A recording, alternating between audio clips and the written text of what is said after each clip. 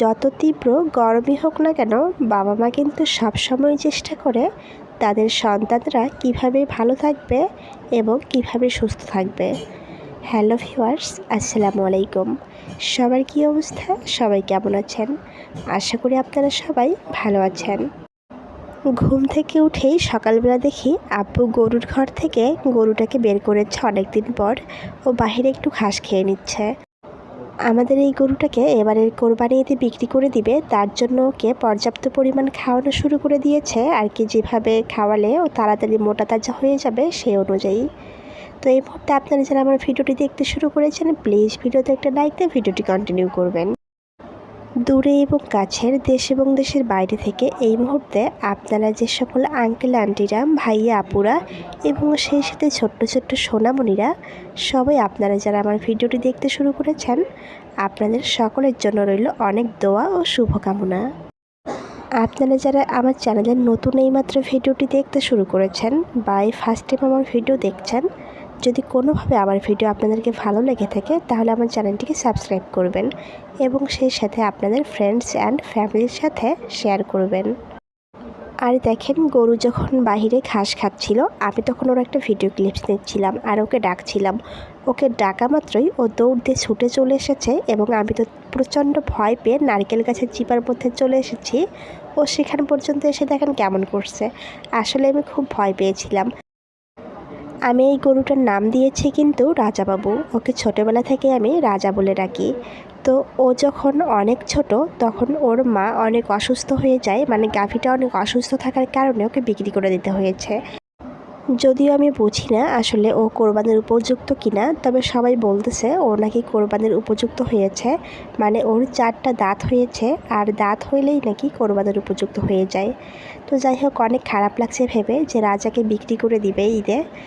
তো ও আসলে খেলাধুলা করছে, দেখেন কত খুশি হয়েছে বাহিরে বের হয়ে। তো আমারও দেখতে আসলে খুব ভালো লাগতে চায়, কারণ ছোটোবেলা থেকেই আমি ওকে অনেক ভালোবাসি। আর রাজার মাকে বিক্রি করে দেওয়া হয়েছিল। ওর মার পিছনের 2টা পা ভেঙে গিয়েছিল, ও কোনোভাবেই দাঁড়াতে পারছিল না, যার কারণে ও যখন অনেক ছোট তখন ওর মাকে বিক্রি করে দেওয়া হয়। আর যখন আমি শুনতে পেলাম যে ওকে বিক্রি করে দেওয়া হবে, তখন আসলে অনেক বেশি খারাপ লেগেছিল। কেননা আমি এবারে ঈদে এসে হয়তো বা ওকে আর দেখতে পাবো না, তাই আমি ছোট্ট একটা ভিডিও ক্লিপস করে রেখে দিলাম। রাজাবাবুর খেলাধুলা দেখা শেষ করে আমি একটু বাইরে বের হয়েছি, যদিও বা বের হতে ইচ্ছা করছিল না, তারপরে বের হতে হলাম আর কি। প্রচণ্ড রোদ, আর এই জন্যই বের হলাম যে আম্মু লাউ গাছ উঠিয়ে দিয়েছে গেটের উপরে। দেখেন লতাগুলো কেমন নুয়ে পড়েছে, দেখতে ভীষণ ভালো লাগছে। আর এই তীব্র রোদ দেখে আম্মু বাহিরে দেখেন কত কিছু রোদে দিয়েছে শুকানোর জন্য। এখানে দিয়েছে শুকনা মরিচ। শুকনা মরিচটা রোদে দেওয়ার একমাত্র কারণ হচ্ছে আমি একটু বাসায় নিয়ে যাব, তো সেজন্য আর কি রোদে ভালোভাবে শুকিয়ে নিচ্ছে। আর তারপর এদিকে দিয়েছে মরিচের গুঁড়া, জিরা, গরম মশলা, সব কিছু রোদে দিয়েছে যেন নষ্ট না হয়ে যায়। আসলে আমি এগুলো সব কিছু একটু একটু করে নিয়ে যাব। শুকনা মরিচ এবং মরিচের গুঁড়া আম্মু ভালোভাবে রোদে শুকিয়ে দিচ্ছে আমাকে, যেন বাসায় গিয়ে আমার কোনো ঝামেলা করতে না হয়। আম্মু বলতেছে যে এই গরমের মধ্যে তুমি এগুলো বাসায় নিয়ে গিয়ে কোনো ঝামেলা করতে পারবে না, আর ঝামেলা করার দরকার নেই, যার কারণে আমি খুব ভালোভাবে এগুলো তোমাকে প্রসেস করে দিচ্ছি। জিরা এবং গরম মশলাগুলো ভালোভাবে রোদে শুকিয়ে এগুলো আমি গুঁড়ো করে নিব। আর সবটুকু লাগবে না, অর্ধেক করেই নিব। আসলে আমি এর আগেও নিয়ে গিয়েছি গুঁড়া করে, আর গুঁড়া করে নিলে কিন্তু অনেক দিন থাকে, শুকনো একদম ফ্রেশ থাকে। বাইরে রোদ থেকে আসার পরে মনে হচ্ছে এত গরমে কিভাবে মানুষ থাকে, তারপরেও আম্মু এগুলো রোদের মধ্যে কষ্ট করে আমাকে শুকিয়ে দিচ্ছে। আসলে মায়েরা কখনো সন্তানের কষ্ট সহ্য করতে পারে না, এটাই বুঝে নিয়ম। তাদের কষ্ট হলেও তারা সেটা মেনে নিতে পারে, কিন্তু সন্তানেরা কষ্ট করুক এটা হয়তো বাবা মা কেউ চায় না। আর তাই আমি সবসময়ই চাই আল্লাহ তাআলা যেন ভালো রাখে পৃথিবীর সকল বাবা মাকে।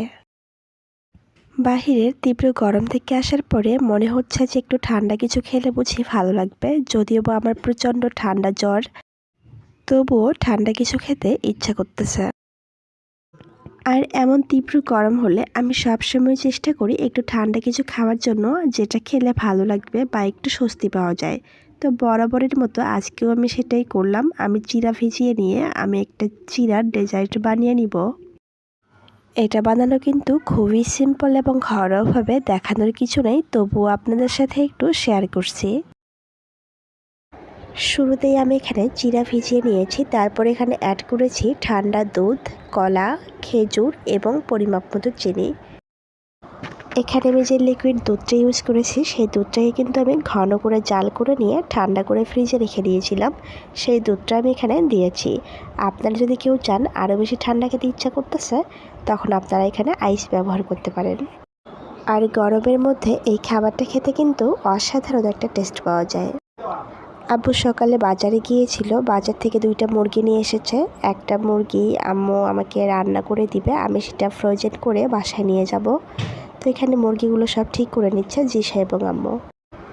আর মুরগিগুলো ঠিক করা হতে না হতেই নীলিমা মানে আমার কাজিন ও এসে কিছু মাছ দিয়ে গেল। ওরা পুকুর থেকে মাছ উঠিয়েছে, তো সে মাছগুলো খাওয়ার জন্য দিয়ে গেছে। তো আম্মু সেই মাছগুলো আসলে ঠিক করে নিচ্ছে। আম্মু যেদিন যায় যে ওই দিনটাতে কাজ করবে না বা ফ্রি থাকবে, সেদিন দেখা যায় এত পরিমাণ কাজের প্রেশার, আসলে একটুর জন্য রেস্ট নিতে পারে না সে। তারপর আম্মু মুরগি 2টা ঠিক করে নিয়ে মাছগুলো সব সুন্দর করে কেটে বেছে নিয়েছে। মাছ এবং মুরগি কাটা শেষে আম্মু গোসল করে ফ্রেশ ট্রেশ হয়ে দুপুরে খাবার খেয়ে বিকেলবেলা এখন আমাকে আম্মু মাংসগুলো রান্না করে দিচ্ছে। তো তার জন্য শুরুতেই পেঁয়াজগুলো ভেজে নিচ্ছে। পেঁয়াজটা হালকা বাদামি রঙের হয়ে আসার পরে সব ধরনের মশলা একসাথে দিয়ে খুব ভালোভাবে মশলাটাকে কষিয়ে নিচ্ছে। তারপর এখন আম্মু মুরগিটাকে এখানে দিয়ে অনেকক্ষণ সময় নিয়ে ভেজে নিবে। আমি যখন বাসায় থাকি তখন কিন্তু আমি সব সময় রান্না করি এবং আম্মুর হাতের রান্নাগুলো খুব মিস করি। তাই বাড়ি আসলে আমি যেসব খাবারগুলো নিয়ে যাই সব সময় আম্মু চেষ্টা করে যে আম্মু নিজে হাতে রান্না করে দেওয়ার জন্য। আর বিকেলবেলা আম্মু রান্নাবান্না শেষ করে এখানে আমাকে আরও একটা জিনিস রেডি করে দিচ্ছে, সেটা হচ্ছে মিষ্টি আলু সিদ্ধ। আমি ছোটোবেলায় এই জিনিসটা অনেক খেয়েছি, আর এবার আম্মুকে বলেছি আম্মু আমার খুব ইচ্ছা করতেছে মিষ্টি আলু সিদ্ধ খেতে, আমাকে একটু বানিয়ে দিও। আসলে আমরা যখন অনেক ছোট ছিলাম, যখন আমাদের বাড়িতে কুশারের গুড় তৈরি করা হতো, তখন আমরা এই জিনিসটা খেয়েছি। গুড় করার সময় মিষ্টি আলুগুলো সিদ্ধ করে নিত। আসলে এখন আর দাদারা কেউ বেঁচে নেই, যার কারণে কুশারের গুড় করা হয় না বাড়িতে। আর মোটেই এক কথা কি কুশের আবাদ করা হয় না আর, তো সেই কারণে এই জিনিসটা আর খাওয়া হয় না। তো আম্মুকে বলা মাত্রই আম্মু আব্বুকে বলেছে যে তোমার মেয়ে মিষ্টি আলু সিদ্ধ খাবে।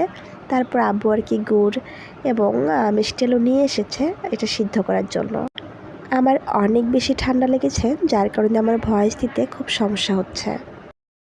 আপনারা সবাই দোয়া রাখবেন আমার জন্য, আমি যেন খুব তাড়াতাড়ি সুস্থ হয়ে যেতে পারি।